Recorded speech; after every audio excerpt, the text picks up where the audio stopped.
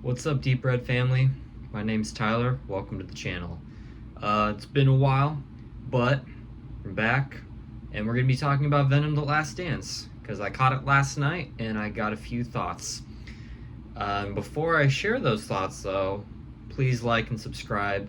We truly appreciate it. Now, well, you kind of know what you're in for, because it's a Venom movie. But, like I said, I got some thoughts. The good, the bad, the ugly, the dumb, the fun. I'm going to go through them real quick. Caught this movie last night. I love the Venom movies. They know what they are, and they don't try to do anything that doesn't fit those movies. Now, the first one had a lot of tonal inconsistencies. I think it was aiming to be this kind of like dark, edgy, like anti-hero origin story, which it was an anti-hero origin story. Wasn't dark and edgy though. Tom Hardy unironically was hilarious in the movie, and he as Eddie Brock and as Venom, because he does voice Venom, it's the perfect make-believe bromance. Now, positive-wise, Tom Hardy. He owns this role. He just, like I said, he was unironically funny in the first one, and they took that aspect and kind of ran with it. I really enjoyed that this one was kind of almost like a unintentional, like, buddy, like, road trip kind of movie, because in this one, following the events of Let There Be Carnage, which was the second movie, they're on the run. They're fugitives. So that I have a special place in my heart for buddy, road trip movies. The jokes, for the most part, landed. There were some that I kind of rolled my eyes at that I was like, okay, a bit of a been there, done that thing.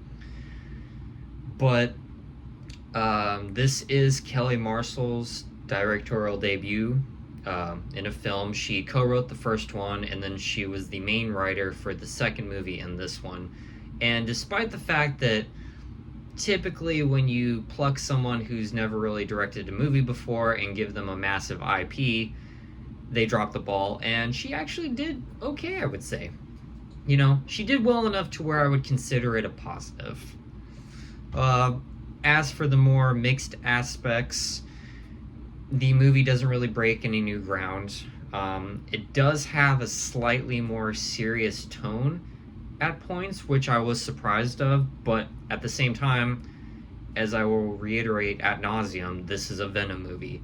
By now they know what they are. So you're not going to get like, Dark Knight Trilogy-esque, drama plots.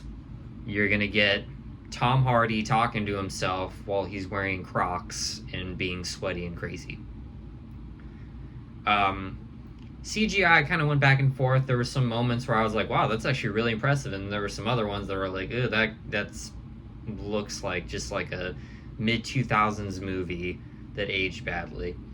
And that's what these movies pretty much are. They're mid-2000s movie, like superhero movies, but, in the 2020s. Except the first one that was 2018, but nevertheless.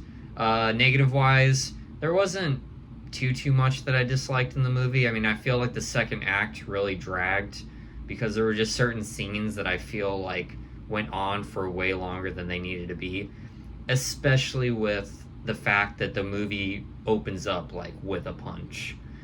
And they really dropped the ball when it did come to Null, the villain. I don't have much like knowledge of the character. In fact, I never even heard of the character until basically they announced he was getting the movie, and then I did a little research on him. He's in like a couple scenes, so they didn't really do much with his character. The more like, I don't know, there wasn't really any real bad guy in it. There was like these like aliens that he like sent to Earth to like catch Venom, which was sort of like the MacGuffin for one of the reasons why they're on the run, and why their dynamic that they usually have is kind of switched up a little bit. For the most part, though, I had a lot of fun with this movie. If you were a fan of the first two, I'm fairly certain that you're going to like this one. If you didn't like the first two or you didn't care too much for them, this one's not going to win you over. This is more of something that I would put on when I just want to kind of shut my brain off and have some fun. I know that some of, the film bros online, they don't like when you say, like, popcorn film or turn your brain off or something like that. That's what these are. It's the same reason I watch the Transformer movies. It's the same reason why I like some of the Fast and Furious movies, because they know what they are. And yeah, you can argue that them not striving to be better is a weakness, but they learn what the fans of these movies enjoy, and they keep doing them. Sometimes they do it a little bit better than others, but regardless. I would recommend this movie, but this is just me. Venom: The Last Dance is one of those films that I'm like, if people ask me, hey, should I watch this? It's going to be something where I say yeah, but in the back of my mind, I'm like, the chances are you're going to walk out like just shitting on this movie.